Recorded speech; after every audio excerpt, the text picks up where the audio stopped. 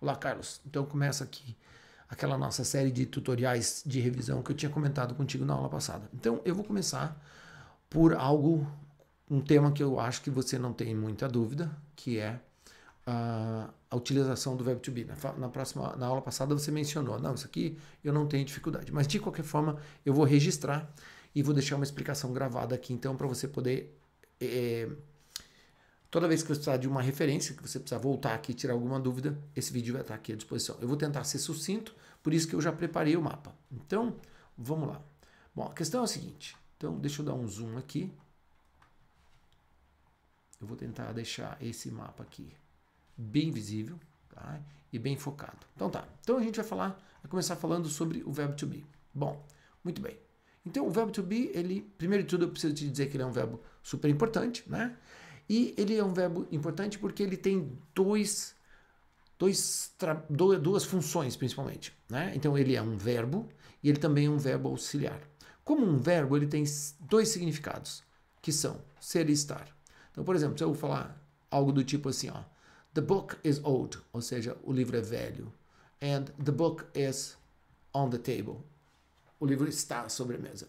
Então, ele fala da condição, tendo o significado ser, como ele fala da localização com o verbo estar. Então, esses dois sentidos estão embutidos no mesmo verbo.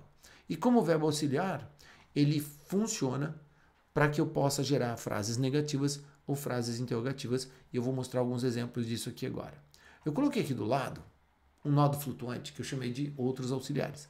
E a razão pela qual eu coloquei ele aqui foi para poder fazer isso que eu vou fazer aqui agora, que é simplesmente de fazer uma anotação em cima disso aqui que ficasse marcante para você. Que os outros auxiliares, como o do, o does e o did, que é o auxiliar do passado, esses verbos, eles não trabalham com o verbo to be. Tá? Eles não funcionam com o verbo to be. Então, é por isso, deixa eu ver se eu consigo fazer um desenho aqui. Ah, consigo. Então eu vou fazer um risco aqui nessa tela, tá? Então isso aqui, ó, isso aqui tá riscado para que a gente saiba, ó, esses verbos auxiliares aqui, o do e o does, eles não trabalham, eles não funcionam junto com o verbo to be. Bom, tendo dito isso, então, vamos lá. Nós vamos falar agora, então, do verbo to be. Primeiro em frases afirmativas, né? Então, olha só, vamos começar por aqui.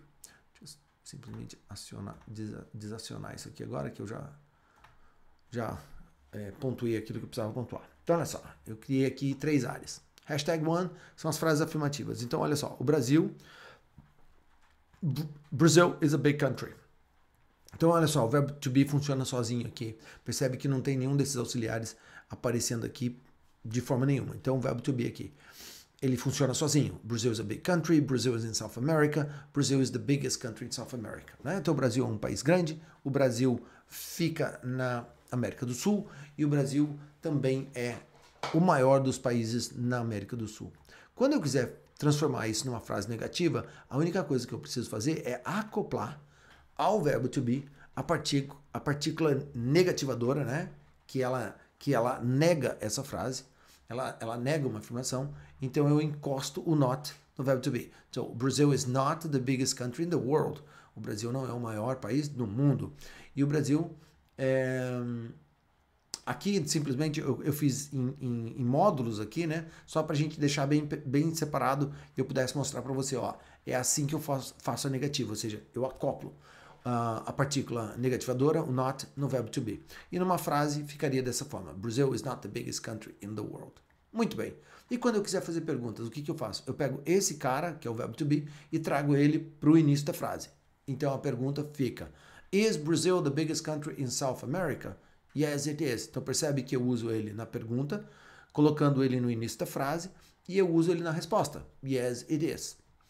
A mesma coisa para essa outra pergunta aqui, ó. Is Brazil the biggest country in the world? Agora eu preciso dar uma resposta negativa.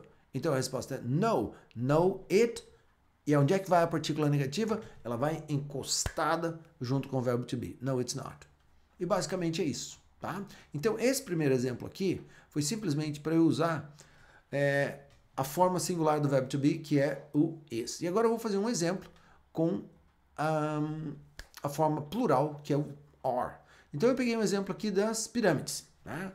E aí, só para deixar bem claro, Carlos, eu sei que tem pirâmides em outros lugares do mundo, né? Senão você vai falar para mim, mas que pirâmide que é essa? Essa aí é do México? Essa aí é do Egito? Então tá, aqui a efeito de referência são as pirâmides do Egito, tá legal?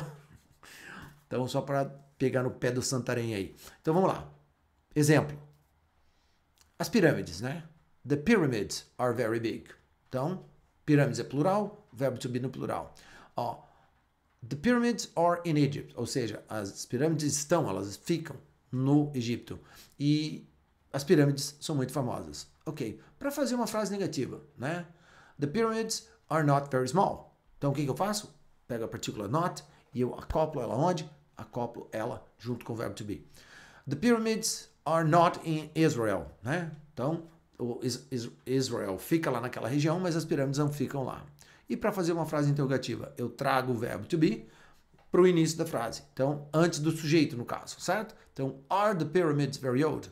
Yes, they are. Então, percebe que eu uso ele também na resposta.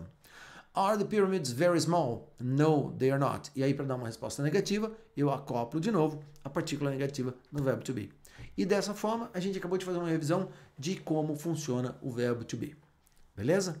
Bom, porque depois, no próximo vídeo, a gente vai dar uma olhada de como a gente faz frases afirmativas, interrogativas e negativas com os outros verbos, que vão, na verdade, chamar por esses auxiliares aqui, ó.